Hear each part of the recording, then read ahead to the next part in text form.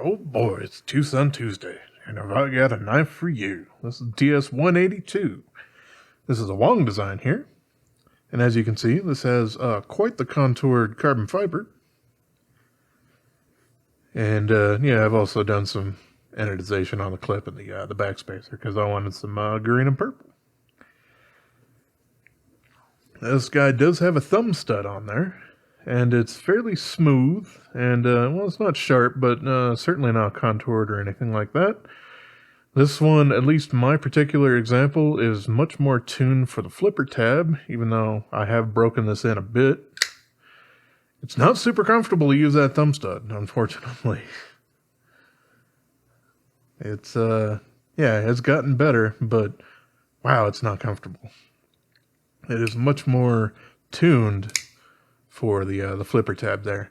Now I can go in there and kind of relieve some of the tension on the lock bar to try to help with that. And I'm thinking about doing that, but I just haven't really gotten around to it at this point. But yeah, this is one of the first kind of high-end TwoSuns that I ended up picking up.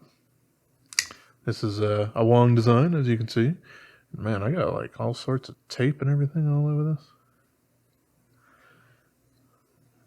Oh, well, sorry about that. Yeah, this guy's an M390. You can see the plunge grind here is a gradual one, and I have kind of made it smirk a little bit doing my sharpening.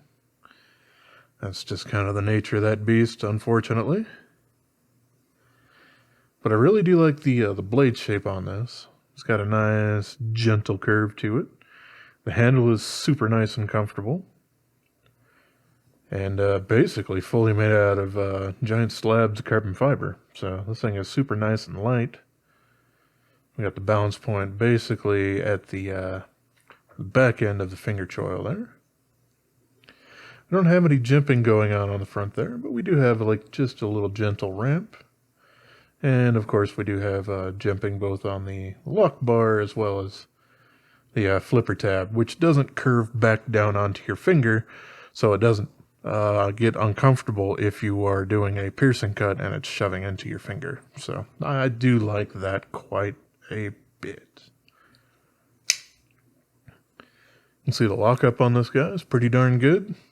This one's 50-55%, somewhere right around there. And you can also see that the lock bar here, and I'm going to call it that instead of a liner because we don't have a liner on the other side, is, yeah, it's inset into that carbon fiber handle, which is probably a good idea because these things are so thick that, yeah, it certainly does save quite a bit of that. Action on this guy is super, super nice. Just once you get over that detent, just nice drop shutty action. Detent's maybe a little late, I guess, for some folks there, but it does have the ramp, so it's easy enough to just get over that. Yeah, as typical Wong designs go, this one isn't incredibly small. And I'll do a little bit of a comparison here with, let's start with the rat number 1. And just maybe a smidge smaller than that. Let's see. And then we'll go with the Spyderco PM2. Very, very similar in size there.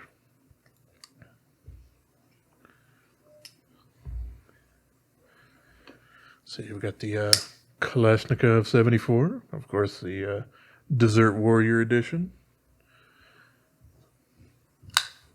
the Benchmade 940, which this is definitely larger than.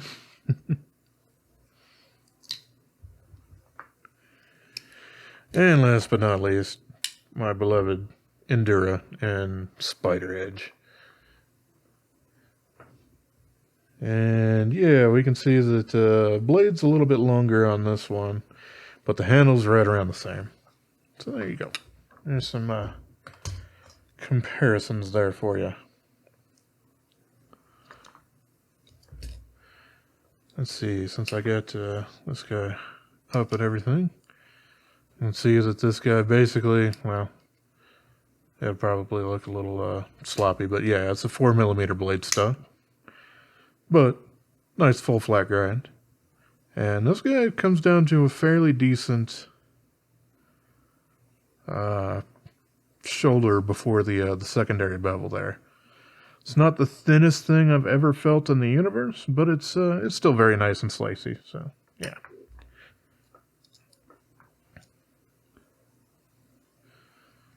And let's see, this guy is not super thin. Yeah, 0.65 of an inch. And yeah, but at least it's carbon fiber, so fairly nice and light there.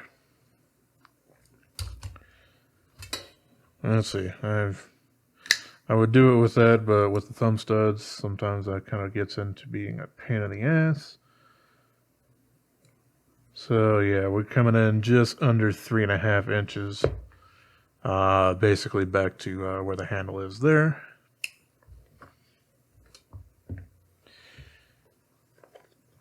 And that's usually important if you're looking for a certain handle to weight ratio, which this just barely misses.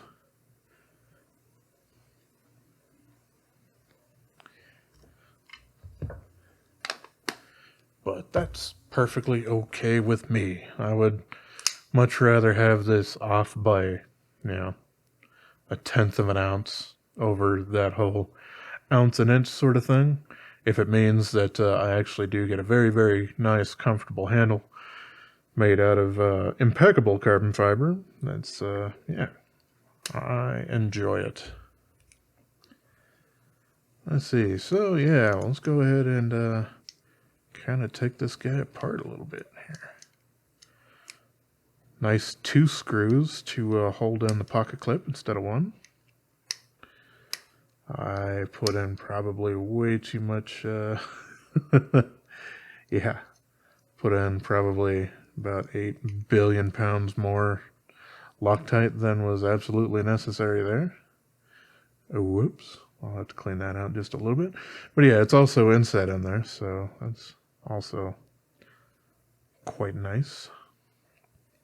Very, very strong. This clip, I mean, it's a little bit curved, but it actually does remind me of the upgraded CJRB clips that you can get for the RIA and whatnot. Oh. Well, I've put this thing back together a little differently than usual. It's going to mean that this other screw here is on this side. Oh, and that one's going to spin. All right. I got the tools to fix that.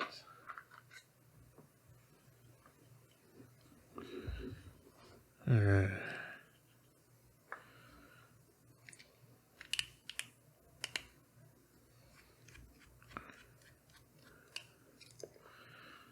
There we go. All right.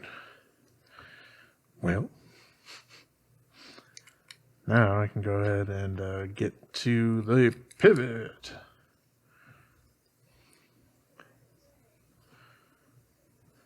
Hooray.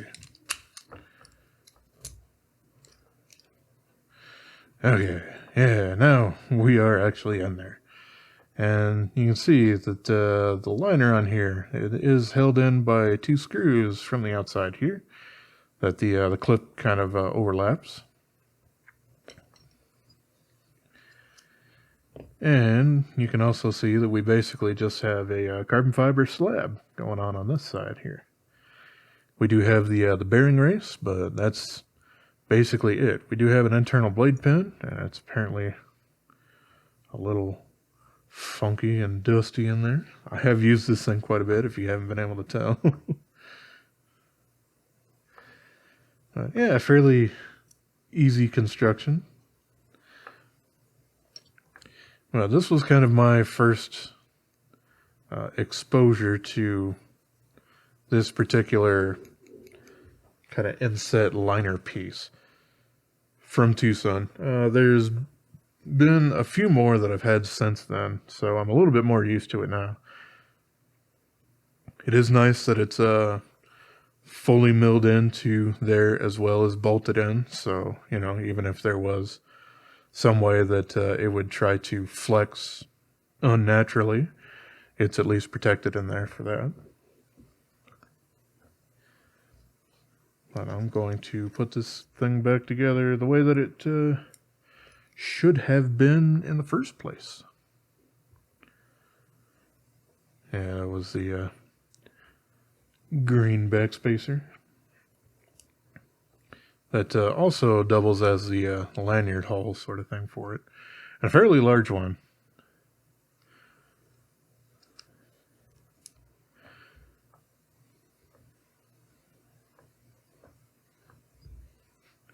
Want to make sure I'm not forgetting any bearings or anything like that in there.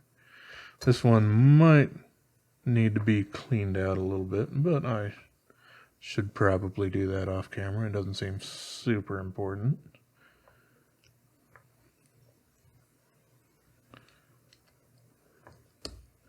At least not to subject everybody else to at the moment. Where's my pivot screw? There's my pivot screw.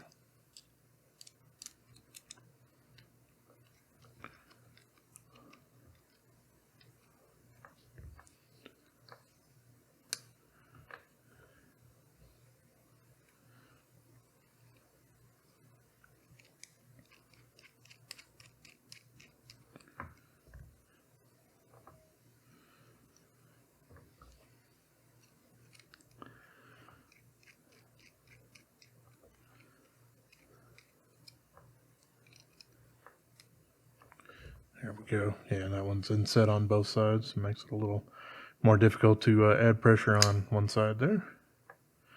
But that's perfectly fine. Yeah, I do need to do some maintenance on this. Just clean it up, and apparently I went way too overboard with some Loctite in one of those clip screw holes.